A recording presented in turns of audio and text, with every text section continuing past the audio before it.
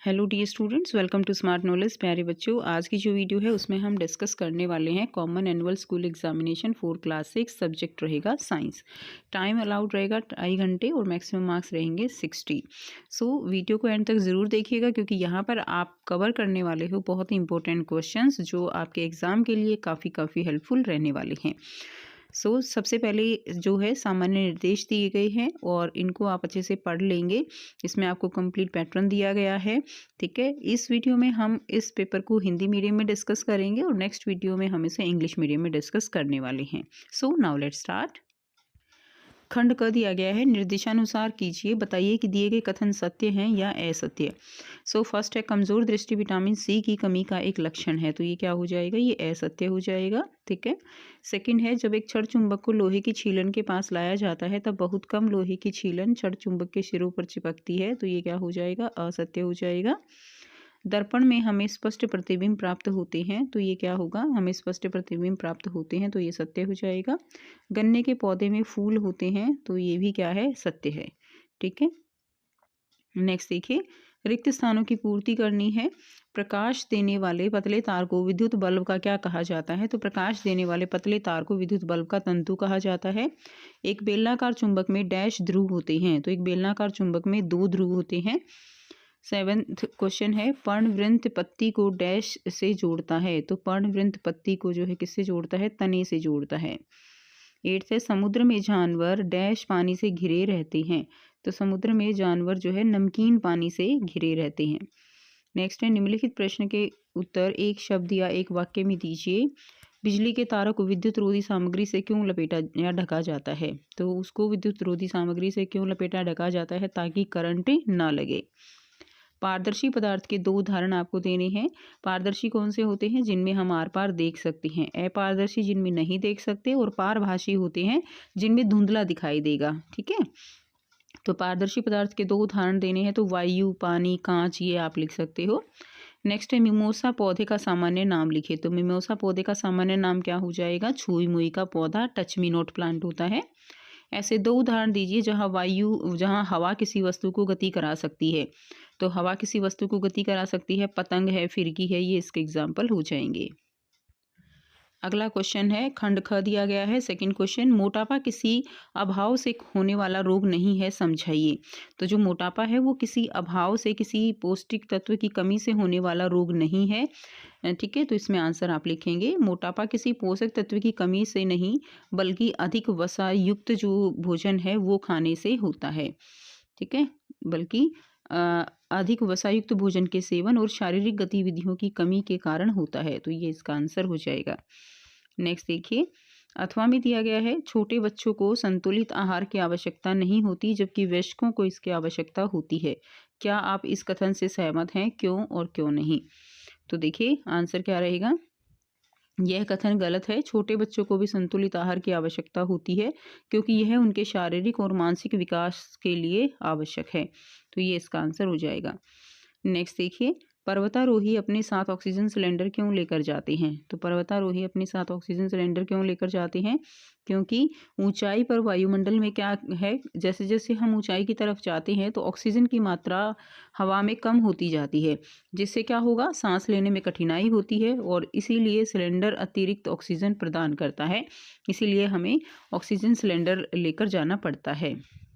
Next अथवा में दिया गया है, हमें मुंह से सांस क्यों नहीं लेना चाहिए, तो हमें मुंह से सांस क्यों नहीं लेना चाहिए, क्योंकि जो नाक के बाल और श्लेष्मा वो हानिकारक कणों को रोकते हैं, जबकि मुंह से सांस लेने पर यह सुरक्षा नहीं मिलती है। ठीक है, नाक में जो बाल होते हैं वो हानिकारक जो कण है, धूल, मिट्टी, उन सबको रोकते हैं, इसीलिए हमें नाक से सांस लेनी चाहिए, मुंह से नहीं।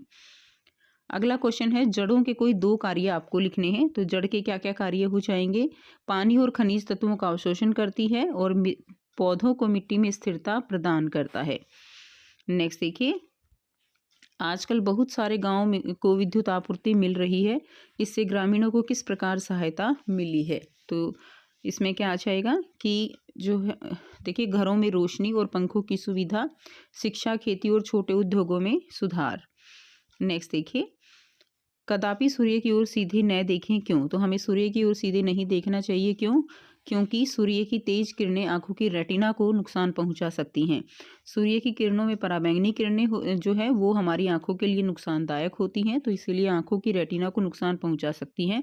इसलिए हमें सूर्य को सीधा नहीं देखना चाहिए। क्या होता है जब प्रकाश दर्पण पर पड़ता है, तो प्रकाश जो है वो क्या हो जाएगा, परावर्तित होता है।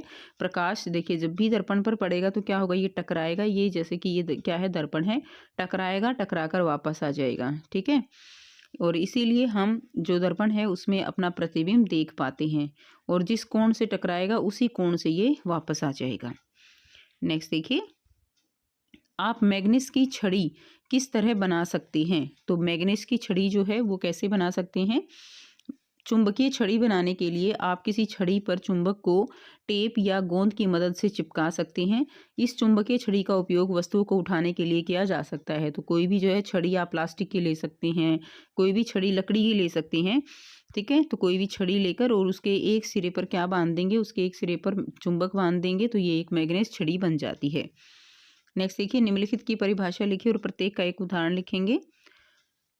तो इसमें आ जाएगा, दीप्त पिंड और पारभासी वस्तुएं किसे कहते हैं। दीप्त पिंड क्या होते हैं, जो स्वयं प्रकाश उत्पन्न करते हैं, उन्हें दीप्त पिंड कहा जाता है। उदाहरण के लिए सूर्य। पारभासी वस्तुएं जो प्रकाश को आंशिक रूप से पार होने देती है, ठीक है, उसे पारभासी वस्तुएं होती हैं वे।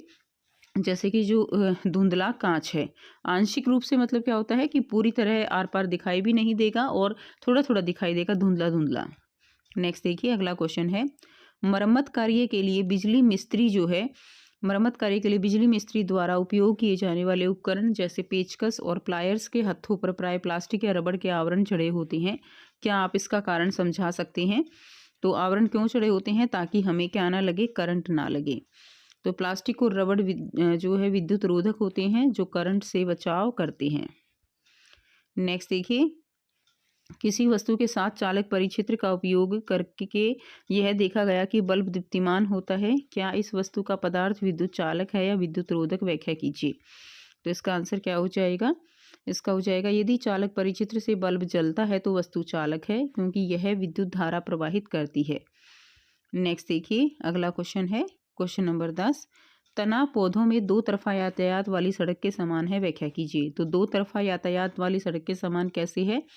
तना जो है जड़ से पानी और खनिज तत्व ऊपर और पत्तियों से भोजन नीचे की ओर लेकर जाता है। देखिए भोजन कहाँ बनता है, भोजन बनता है पत्तियों में, और नीचे जड़ों में क्या है, पानी और खनिज लवण। तो पानी और खनिज लवण जो है वो जो है ऊपर की तरफ जाते हैं, और जो यहाँ पे भोजन बनेगा वो भोजन तो जड़ों को भी चाहिए। तो इस तरह से ये दो तरफा जो है यातायात सड़क की तरह इसको हम कह सकते हैं। नेक्स्ट है, वाष्पोत्सर्जन को आपको क्या करना है, परिभाषित करना है। तो वाष्पोत्सर्जन क्या होता है, पत्तियों के माध्यम से पानी का वाष्प के रूप में बाहर निकालना क्या कहलाता है, वाष्पोत्सर्जन कहलाता है। नेक्स्ट है, अथवा में दिया गया है, सजीवों और जीवितों की किन्हीं तीन सामान्य विशेषताओं पर एक एक वाक्य आपको लिखना है। तो सजीवों की जो है सामान्य विशेषताएं क्या हो जाएंगी, वे बढ़ते हैं यानी वृद्धि करते हैं, भोजन ग्रहण करते हैं और प्रजनन करते हैं। ठीक है, नई जनरेशन पैदा करते हैं। तो ये जो है सजीवों की तीन विशेषताएं हो जाएंगी। अगला देखिए, चुंबकीय कंपास की संरचना का वर्णन कीजिए। तो चुंबकीय कंपास की संरचना का वर्णन करेंगे। चुंबकीय कंपास जो है एक ऐसा यंत्र है जिसमें चुंबकीय सुई होती है, जो पृथ्वी के चुंबकीय उत्तर की दिशा में संकेत करती है। ठीक है, इसमें एक जो है एक सुई होती है, चुंबकीय सुई, इसमें जो चुंबकीय एक तरफ होती है वो जो है किस दिशा की ओर संकेत करता है, उत्तर की ओर। नेक्स्ट देखिए, अथवा है, उन वस्तुओं की सूची बनाइए जो चुंबकीय हैं और चुंबकीय नहीं हैं। तो चमड़ा, निकेल, कागज, कांच, लोहा, कोबाल्ट, इनमें से आपको छांटने हैं कि कौन सा चुंबकीय है और कौन सा नहीं है। चुंबकीय हो जाएंगे लोहा, निकेल, कोबाल्ट, और गैर चुंबकीय हो जाएंगे चमड़ा, कागज, कांच। ये इसका आंसर हो जाएगा। नेक्स्ट देखिए, खंड ग दिया गया है, स्तंभ ए को स्तंभ बी के शब्दों से मिलाइए। स्तंभ ए दिया गया है, इसमें देखिए अंडा, अंडे में क्या होता है, अंडे में प्रोटीन होता है। मूंगफली, मूंगफली में क्या होगा, मूंगफली में वसा होती है। ब्रेड, ब्रेड में क्या होगा, कार्बोहाइड्रेट होगा।